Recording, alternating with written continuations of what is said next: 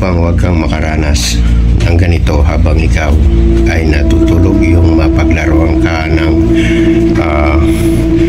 masamang espiritu o incubus, upang hindi ka gambalain habang ikaw ay natutulog. Magkaroon ka ng proteksyon sa pamamagitan ng orasyon na aking ipapahagi. So intro muna po tayo.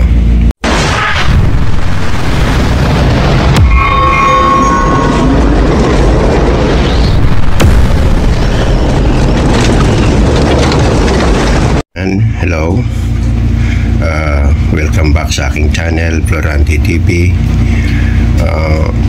Muli ako'y nagsasabi na sana ay nasa mabuti po kayong kalagayan, maging dito man sa Pinas o sa abroad, at ligtas sa ano pa mga kapamakan. Yan, shoutout po sa kapwa ko, mga tingero at bularyo, at sa mga nag-aaral ng karunungang lihim, at sa iyo na ikaw nanonood ngayon. God bless po sa inyo. Shoutout po sa solid followers ko na nagmamahal sa aking channel, sa solid sa supporter ko, channel member, shoutout po sa inyo. Maraming pong salamat sa inyong patuloy na subaybay dito sa aking channel. Kung hindi ka pa po nakasubscribe, subscribe ka na po para mas marami ka pong matutunan dito sa aking channel. Yun, sa mga naniniwala sa mga ganitong orasyon, maraming pong salamat sa inyong pagtangkilik dito sa aking channel, at ganoon din sa hindi naniniwala ay pwede nyo pong skip ang video ito. Yan, bagong lahat, ako po ay nagpapasalamat sa 5 katao na kumuha sa akin ng mga libreta na tulad nito. Yan. Yan po ay bagong gawa ng mga libreta. At kahapon tayo po ay nasa JNT. Yan. At 5 po na katao ang nagpagawa, umorder ng aking mga libreta na yan. So aking na ipadala, yan po ang kanilang mga resibo. Yan. Sa JNT po yan na resibo. So yun, salamat po sa inyo pong pagtitiwala, at shoutout po sa inyo. So aking pong babasahin isa-isa. Alan Puot, na shoutout sa iyo. Mark De La Piesa ng Sauyo, Quezon City, Manila. Ruben Lorenzo ng Puroktos, Barangay Nauhon, Sebasti Antique, shoutout to, layo. Diane Lopez, Adriatico, Malati, Manila. Yan.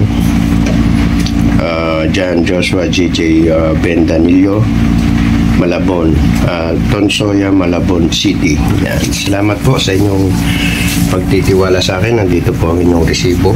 Na-send ko na po sa inyong mga messenger. So sa mga gusto magpakagawa nito, 5 klase po ang aking libreta. At ilalagay ko ang link noon sa description box kung po yung magpapagawa. Puntahan nyo lang po yun. PM nyo rin po ako sa aking Facebook account na to para sa mga gusto magpagawa ng libreta. So yung aking ibabahaging orasyon ay protection habang kayo po ay natutulog, upang hindi po kayo mapaglaruan ng mga masamang espiritu, incubus, yung mga umaatake sa habang kayo po ay natutulog. Naglilikha po ito ng bangungot. Ganyan po.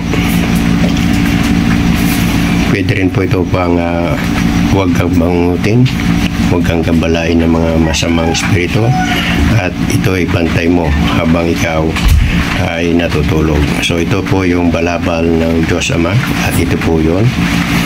Inyo pong i-screenshot at i-crops at kopyahin. Yan.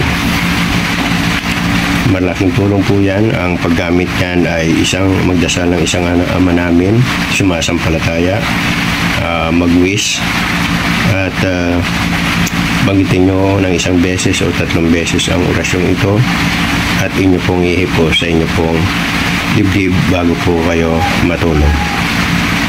Ikaw po ay protektado habang ikaw ay natutulog. So God bless.